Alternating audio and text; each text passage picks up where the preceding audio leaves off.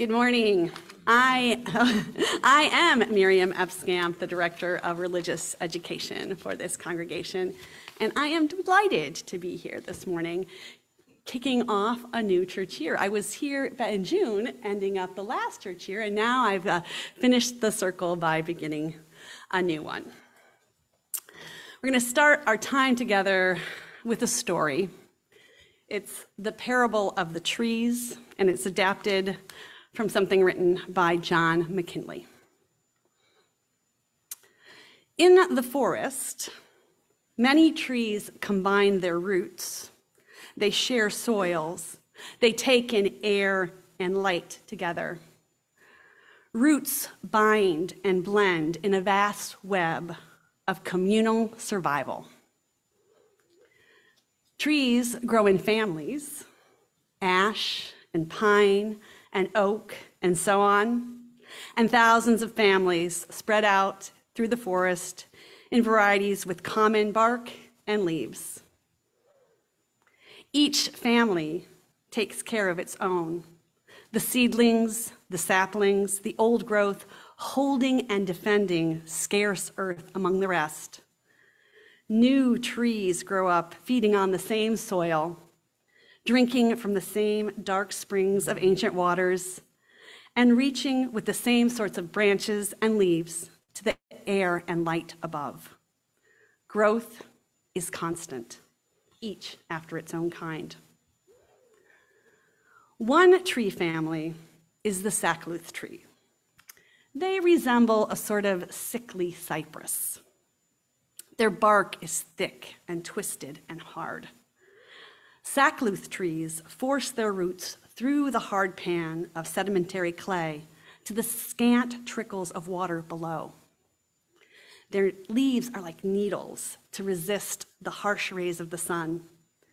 They stand as if alone at the edge of the forest, clinging to life in the rocky clay soils that other trees cannot penetrate. Even old-growth sackcloth appear stunted and unhealthy. Bitter sap oozes over the bark, giving the look of disease.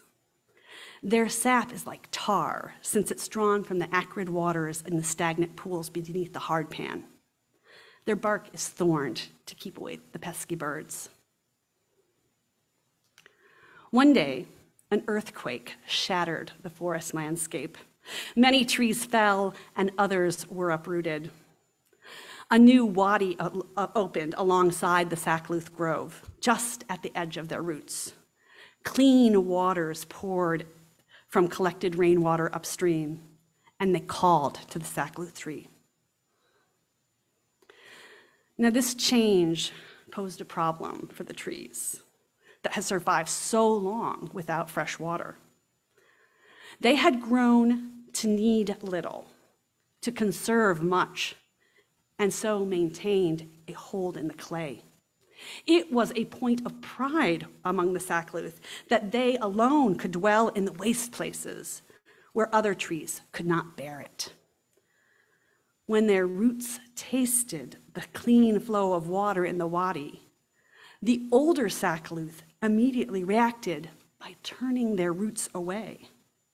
They could not allow themselves to get used to fresh water.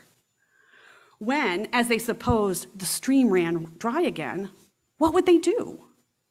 They feared to be disappointed with soft roots that, once wetted in the stream, would no longer have the perseverance to drill into deep places. Their survival depended on taking the hard way. Trickles of dark water, polluted with acid, were better to the sackcloth than gallons of sweet drops in the stream that had just now appeared. Resilient and stubborn, the sackcloth rejected the stream that continued to flow as the months passed by. Other trees sank their roots and drank as much as they wished. Leaves extended, fruits bloomed, saplings multiplied along the river. What had once been a desert at the edge of the forest became a garden of bushes and flowers. Temperatures cooled in the shade, and animals came and buried in the softening soil to make their homes. But the sackcloth clenched their roots and held their clay. Still fearing the wet and the loss of hardened roots, the sackcloth learned to lean away from the stream, and they even denied that it was good. An earthquake had opened it up. Another one could close it tight. Sackcloth do not need easy waters. Sackcloth are survivors. And then a rock slipped upstream and sent the flowing waters curving towards the sackcloth grove. One of the larger trees at the edge of the stream suddenly felt water flood its roots, and it was unable to avoid it. Its roots were so hardened at first that it was unable to take in fresh water. But as time and newly moistened soil softened it up, tiny new tendrils appeared, and the tree tasted clean water for the first time. The other sackcloth clumped around it immediately felt the quivering of its roots. They too had been hardened and could do no otherwise than feed on the stale water beneath the earth. They too had learned the sackcloth ways of survival and stubborn resistance to the stream. But these new quivers began to loosen the clay around their roots as well. And with time, all the sackcloth at the edge of the stream stretched their roots towards the fresh water and turned away from the pools deep underground. And then something amazing happened. Sackcloth trees that find abundant water change. They grow into majestic willows. Leaves open up from what appeared to be needles. Branches soften and soar in graceful arcs. Trunks stretch tall and elastic to bend in the breezes like a ballet company. Unseen beneath the ground, the roots swell to bathe and drink water by the gallon.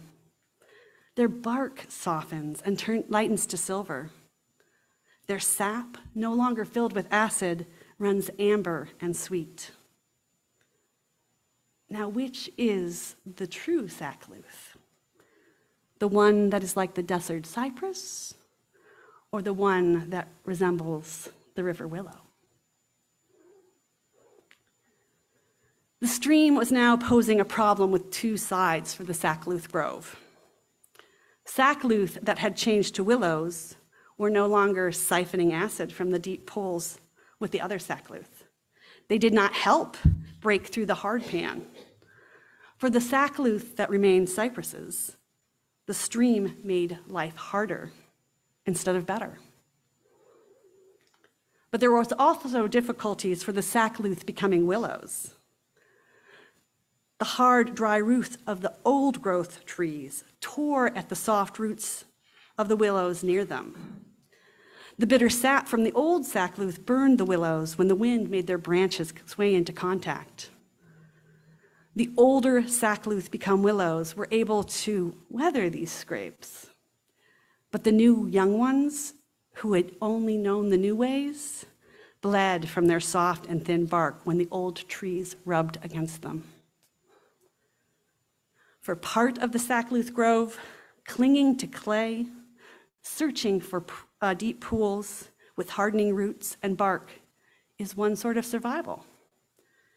For others, reaching further into the stream and becoming something new was another sort.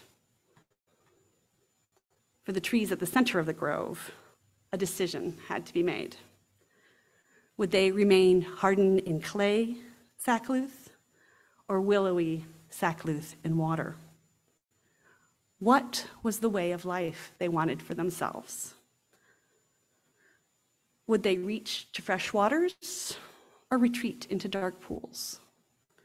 Would they continue as they always had or unfurl into something new?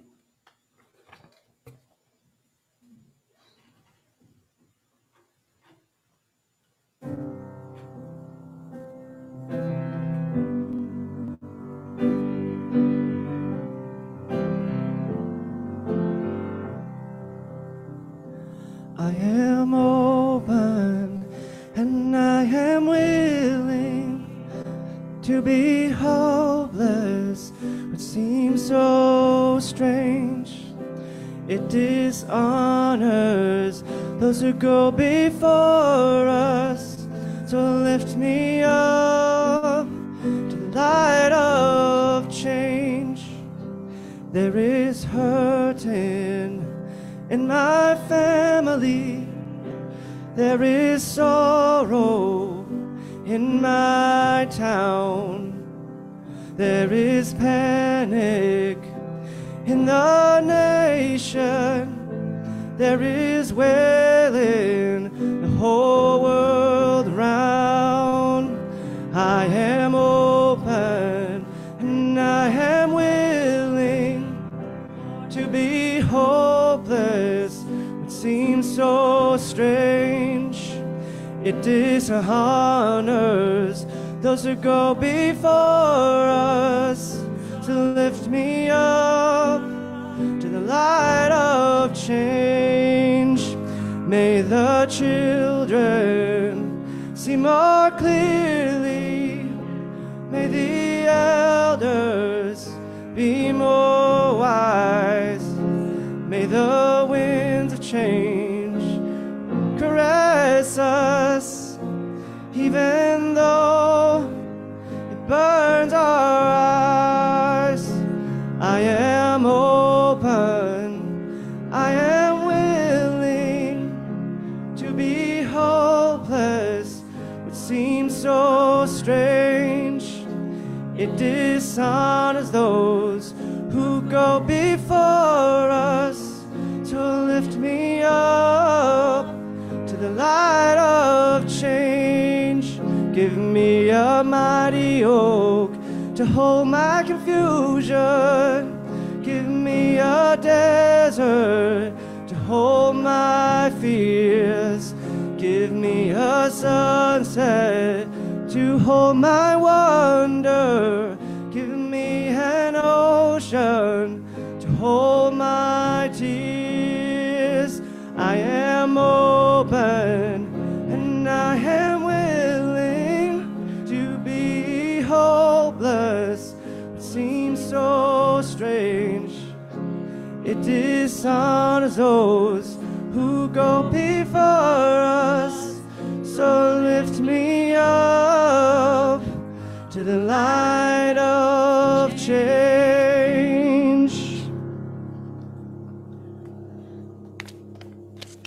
I am open and I am willing, so lift me up to the light of change.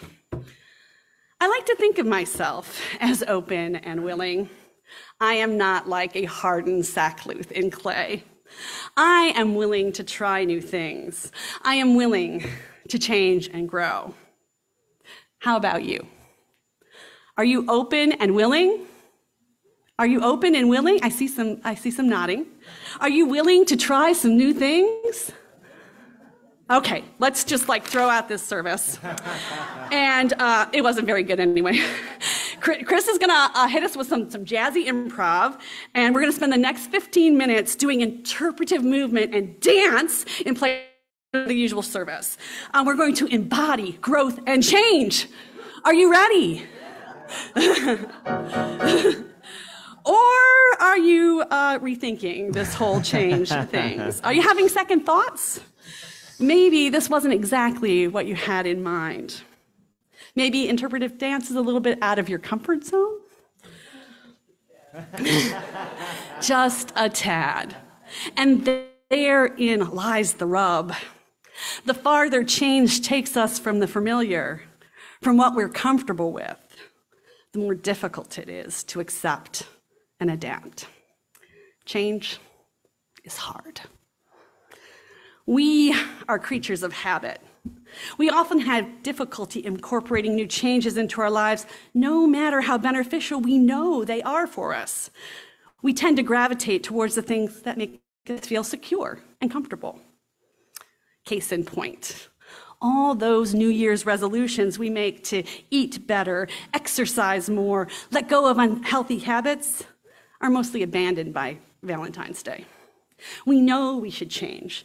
We want to change, but we don't. Neuroscientists tell us that our brains are actually hardwired to resist change. This is a survival response that has evolved over millennia. Our brains love predictability. To our brains, predictability equals safety. When faced with uncertainty, a natural outcome of change, the brain starts sending us signals that something is wrong. We feel a little discomfort, anxiety, or in some cases, fear. To overcome that cognitive inertia that keeps us choosing the status quo, we need to stretch past our comfort zones and lean into uncertainty. We need to learn emotional intelligence skills that will keep us curious and open and resilient in the face of change. For us, as Unitarian Universalists and members of this particular spiritual community, it is especially important for us to figure out how to navigate change effectively and gracefully, because change is central to what we do here. Our mission is transformation. Transformation of ourselves into something a little bit better every day, and transformation of society into something more peaceful, more just and equitable. We are in the business of promoting growth of our souls, or our characters if you prefer, or growing a beloved community infused with love and abundance and opportunities for all. Now, this congregation recently completed an appreciative inquiry and strategic planning process where we gathered in small groups and over the course of several months shared our visions and dreams of what this community could be. And growth played a big part of those conversations.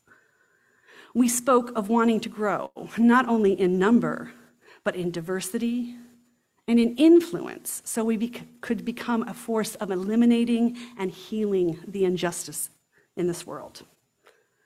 We want to grow in trusting relationship with our neighbors, so this can become more than a place that we gather on Sunday.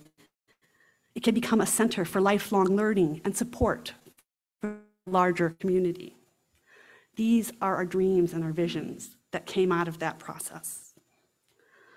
In our hearts and our minds, we are ready to grow. But growth will most certainly bring change, and change is hard. It's hard not only for individuals, but as we heard in the parable of the trees, for communities as well. We may have disagreements about the direction we're moving. We may have growing pains as we try new things. There may be scrapes and bruises as those satisfied with some of the old ways rub against those who are ready to embrace something new.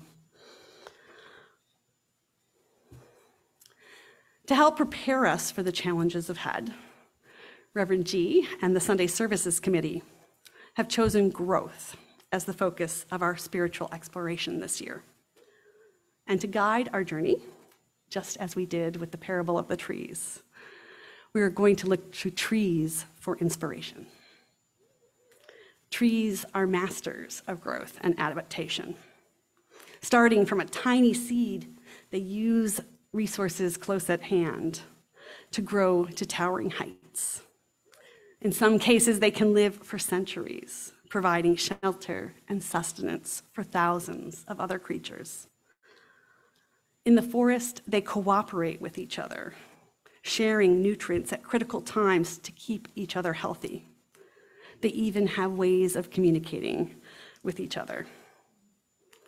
And in death and decomposition, they continue to provide protection and nutrients for the young trees that will replace them. Trees will be a wonderful source of wisdom as we lean into growing emotionally, spiritually, and who knows, maybe even physically in the coming year. As we move through the year, nurturing our roots, preserving our heartwood, encouraging new sap and buds, and stretching our branches out into the world. We must remember that this is not about growth for growth's sakes. It's not about the number of people who come through the door or the amount of money in the collection plate. It's about that mission of transformation. It's about spreading our life-giving Unitarian Universalist message of love and justice and peace as far as we possibly can. It is about creating a world that lives up to our highest visions and dreams. May it be so.